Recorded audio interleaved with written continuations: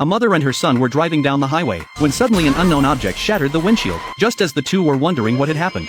A falling fighter jet came hurtling toward them. Fortunately, they were lucky. The jet skimmed just over the top of their car, and crashed instantly into the stream ahead. Curious, the little boy immediately ran toward the crashed jet. The mother tried to stop him, but the boy was running too fast. She had no choice but to run after him and call the police. Just as the mother was reporting the situation to the police, the little boy noticed someone in the cockpit. Seeing that the plane was about to explode, the mother told her son to stay put, then risked her life to run to the cockpit alone, and successfully rescued the pilot inside. Lieutenant Cole. Cole had just escaped the cockpit when he was stunned by the scene before him. Cole told them he was Lieutenant Cole, and was currently fighting against Japan in Burma. He asked the mother and son which country they were from. When the mother told Cole they were Americans, Cole was puzzled as to how they had ended up in Burma. The little boy quickly protested that this wasn't Burma, it was Ohio. However, Cole didn't believe him at all. This was clearly Rangoon. A fierce dogfight had just taken place, and both he and his fighter plane had been hit by the enemy. Cole looked around in confusion, but froze when he saw the sign on the water tower, and Dayton was, in fact, Cole's hometown. They then cooperated with the police to record their statements. Through their conversation,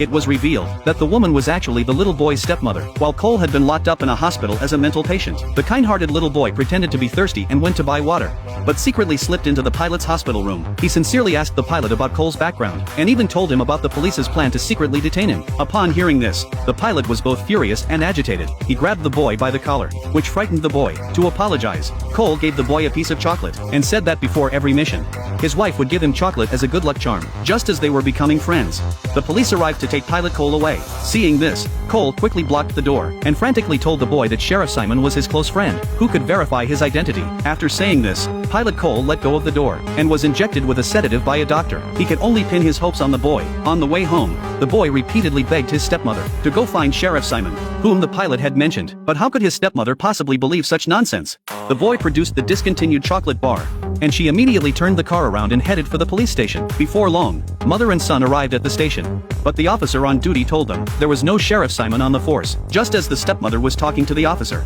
the little boy spotted a display case containing a photograph from the last century. In it was a soldier who looked exactly like the pilot, Cole. So the boy deliberately distracted the officer, and quietly slipped the photo into his pocket. As soon as they stepped out of the station, the boy handed the black and white photo to his stepmother. She was stunned the moment she saw it. There, in the photo, was none other than Pilot Cole. Could it be that Cole had really traveled through time from World War II?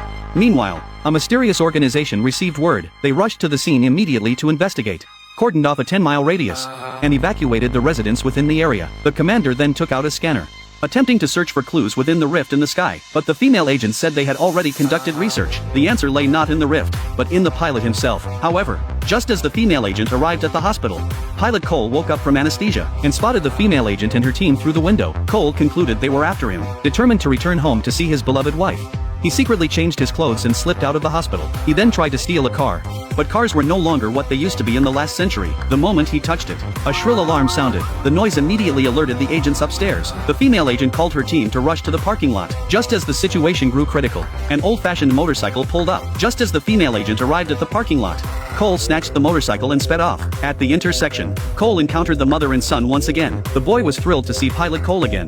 Believing it was a divine connection, they had to help Pilot Cole get home. Then, with the help of the mother and son, Pilot Cole, relying on his memory, finally found his way home. He excitedly called out his wife's name, but the woman was not his wife. The nanny asked Pilot Cole what business he had with the old lady. When Cole said he was her husband, the nanny laughed. Suddenly, Cole's gaze fell on the wall, which was covered with photos of his wife. In the photos, his wife was smiling happily, yet Pilot Cole began to cry, because the man in the photos wasn't him. Cole accepted the reality and left, feeling dejected. The stepmother was also puzzled by the time travel incident. She picked up her phone to look it up and discovered it was true. A Lieutenant Cole had indeed existed in history. The media had even reported on his heroic deeds. He had been on a mission in Yangon, Burma, when his plane was hit by enemy fire, resulting in his death.